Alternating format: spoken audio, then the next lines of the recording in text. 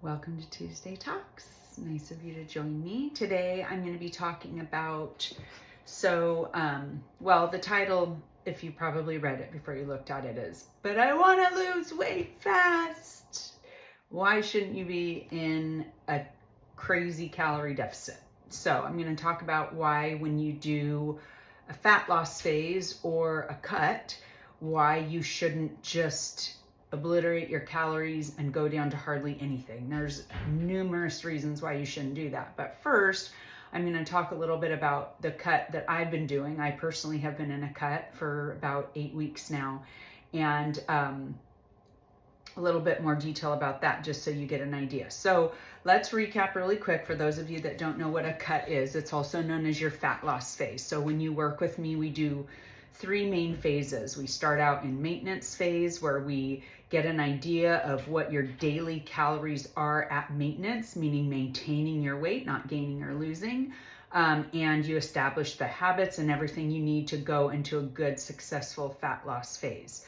Then once that is all established, then we go into what's your official fat loss phase, or a cut. And it's called a cut because we are cutting calories down a little percentage, and that way your body looks for that missing energy that it usually gets, and then it starts burning fat. So that's your fat loss phase.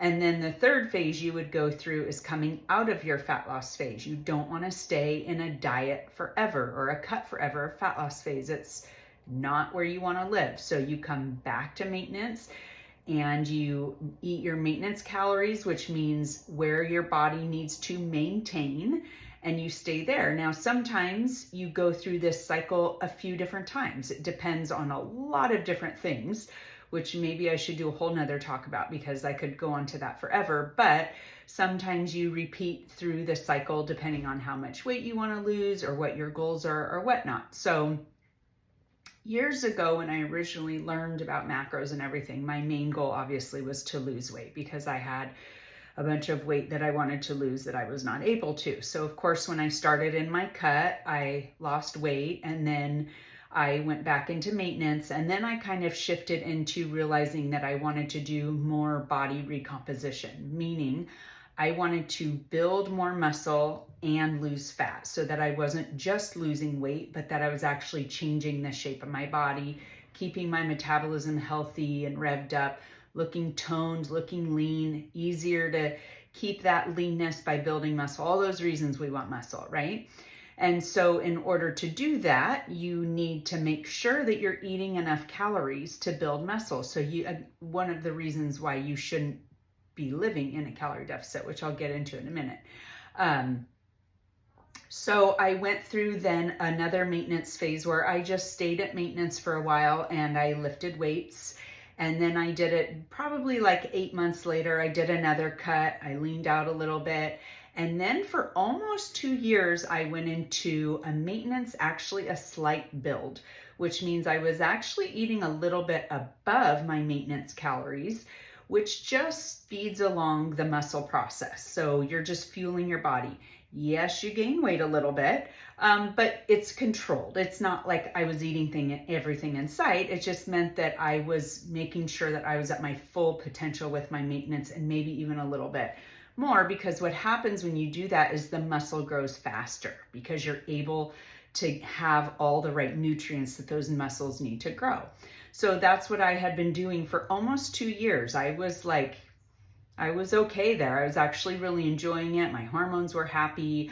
I was still fairly lean, but yeah, I probably gained, lost that like really, really, lean cut look. I got a little bit fluffy, but my mindset, now that I'm a trainer and I know how to do this and I know the science behind it and everything, I was okay with it because I knew exactly what I wanted to do, and I was really determined to build as much muscle as I could. So then about 8 weeks ago, I thought, you know what, I'm going to do a cut because I want to now reveal the muscle that I have been building. So I'm going to do a cut because that's what happens. You've been building the muscle, but remember, you still can potentially not really see a lot of that because you might have a thin layer of fat on top of it. So then what's kind of fun after you've been there for a while is to lose that little bit of weight, and then all of a sudden you'll actually, like, I've gotten comments like, oh my gosh, you've gained so much muscle in the last 8 weeks. I probably haven't gained any muscle in the last 8 weeks. I'm revealing the muscle that I spent 2 years building. So now all of a sudden that thin layer of fat is leaving, and now I'm looking more chiseled and more cut because I'm losing that. So that's just a little bit behind how this process works, which I completely did not know about when I started all this years ago working with a coach. And now that I've done this cycle and I've now, trained and been certified in how to do all this, it's so fun. It takes patience. It takes a lot of patience and a good mindset, because you just have to be okay with not being in this constant, like, looking your leanest all the time, right? And again, when I talk about like putting on a little bit of weight, I'm not talking about being super overweight. Most people can't even tell, honestly. They just can't tell, because it's like a difference of maybe at the most like 8 to 10 pounds, right? When you do it properly. But I wanted to talk about, my main point is how I've been doing my cut and how many calories I dropped and why I'm doing it that way. So when I was in my maintenance/build, I was probably eating about, not probably, I was, because I was tracking, about 21 to 2,200 calories a day. And this is, like I said, it's my maintenance, maybe a little bit above, because I maybe had some meals I didn't track and I wasn't being super tight about tracking everything. So, extra calories totally come in very, very quickly. So I spent that time at those calories. Now, when I do a cut, I know for several reasons that I'm not going to go from eating 2,200 calories a day down to 1,400 calories a day. Now, could I? Yeah. Would that be fun? No. I'd be starving, because that is a huge calorie dip. But there's several other reasons why, besides just not wanting to feel that amount of hunger, I would want to do that. Now, for people that want really fast, extreme weight loss, they do things like this. They start completely restricting, they start skipping meals, and all of a sudden their calories tank. Now, do they lose weight? They do. But here's what happens. There's a lot of things that happen. One of the main reasons I don't do it is because it is so stressful and brutal on your hormones. So if you're a woman over 40 and you're dealing with hormone shifts and perimenopause and things happening, your body is already under a lot of stress from those hormone shifts. So when you put that much stress on it, of your body feeling that much hunger and that much energy loss, it's a huge added stress. And I guarantee you will start losing sleep, potentially losing hair. Your hormones are going to get really out of whack. You're going to start getting really grumpy. Ask the people around you if you're snapping at them. And I have found through so much work with clients that what happens is it backfires on them, because they're like, oh, look at me. And 2 weeks in, they've lost 10 pounds and they've totally restricted. And they're like, I can lose all this weight. And then their body is screaming at them so much, and their brain is screaming at them, because they just can't sustain this.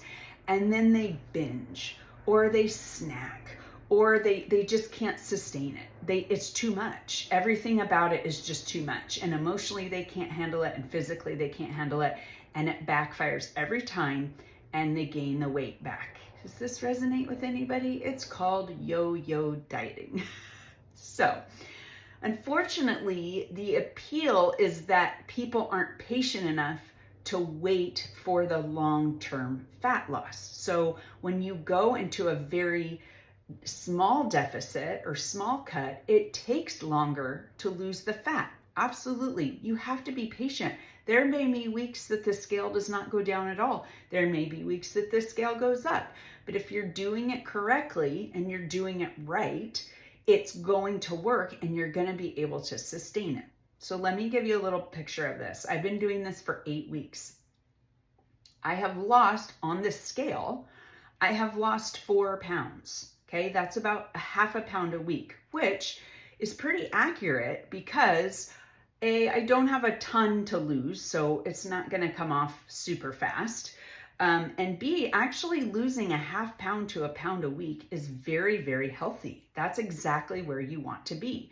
So I cut my calories. I went from 2,200 down to about 1,700, maybe even 1,650 some days. Most days it's probably about 1,700. So that's not a huge deficit. There's a lot of women I know that in maintenance won't even eat 1,700 calories a day, right? But for me, because of how I've prepared my body and I have a good amount of muscle and I have a good metabolism and I'm healthy and I move my body a lot, 1,700 is my maintenance my cut where I can cut. So this is just enough so that I do sometimes feel a little hunger, a little bit, but I also know the ways around that, which is eating a lot of fiber, a lot of vegetables, just having a lot of seltzer water, having a lot of volume to my meals, not eating really high fat foods, but low fat, higher carb meals that are filling. And so it's doable for me. It's been slow. There's days where I'm like, nothing's happening, but I know that something is happening. It just takes time. So I know this. I can settle into my system that I know works because I've done it and it's worked over and over on me. I've had tons of clients do it. They're successful. So I can settle in and know I'm on the right path. I just need to settle in and hang out here and do the work. And then sure enough, like 8 weeks later. So I know it doesn't sound like a huge movement on the scale, which again, I don't have a ton to lose, but you can't just take that as progress. My progress photos show my muscle is totally being revealed. I actually did a post on Instagram about it and you can go see it, where like it looks like I've gained all this muscle because it's just showing all of that and revealing all of that. So that's how I know that my cut is actually working without having to be in an extreme cut. And it's the healthy way to do it. I'm not binging. I'm still allowing myself to have cookies. I'm not like craving foods because I cut out food groups, right? I'm allowing myself in good portions to have all those things so that I feel satisfied and I'm not needing to go crazy. So really, that part is just about A, having the right system, of course, and knowing that it works. B, when I did it the first time, having the right support I need. Obviously, I know how to do it now, but in the beginning, sometimes you need someone to keep telling you, like, you are on the right path, be patient, tighten up those patience pants, like, you can do this, and just be in there for the long haul.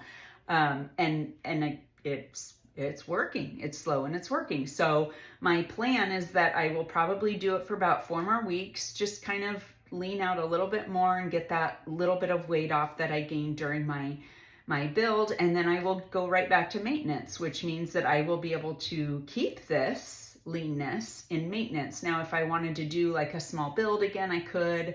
I don't know. I'm not sure yet. But my energy's good, my biofeedback's good, my hormones are out of whack. So that's what you want to be careful of when you're doing a deficit. Another huge reason is, and this is what I'm seeing, and I know this is a whole nother topic for another day, but with the GLP-1 drugs that a lot of women are on, they're losing weight. It can be very helpful. I'm not even going to get into that. But the problem with doing something that makes you lose weight super quickly is, even if it's in a really, really steep cut, is that you start to lose muscle. You're not just losing fat because your body is so desperate looking for that energy to use that it's going to look everywhere and anywhere it can. So when you're doing more of like a shallow cut, I guess you could call it, with less calories like I am, and you're still lifting, you're able to maintain that muscle while losing fat, which is exactly what you want to do. But what you don't want to do is go so steep in your calories that now you're losing muscle. Muscle is hard enough to gain. We're already losing it as we age, right? And it's already hard enough to put on our bodies. Why on earth would you want to do something that makes your body lose that? You really don't. So that's another huge, huge reason why with my clients, I try and tell them, don't go too low. I mean, I give them a number and sometimes they want it to go faster, but I have to keep encouraging them You don't want to lose the muscle that you've worked so hard to gain. Just be patient. Keep that muscle on, the fat will come. A lot of times too, you have to remember that when you're losing weight and you're gaining muscle, which is called body recomposition, that's another reason why the scale is not going to move a lot when you're in a fat loss phase, because you may be putting on muscle weight, which is great. That's what you want. That's going to change the shape of your body. It might not reflect great on the scale. You might not be jumping up and down because the scale's down 5 pounds, but take a look at progress photos. That's why you got to do photos, ladies. You have to do photos. I know you guys don't like to do photos, but it will show, and you'll be like, oh, well, the scale says I'm only down 4 pounds, but I look completely different. There are women I've seen that show before and afters.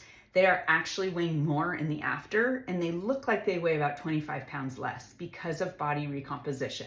Because fat is bulky, muscle lays flat on your body. So even though you may weigh the same or more, you're way more lean. So it cannot be all about the scale. So that's another huge reason, back to the muscle part, that you don't want to be doing the deficit too steep. You don't want to be losing that muscle.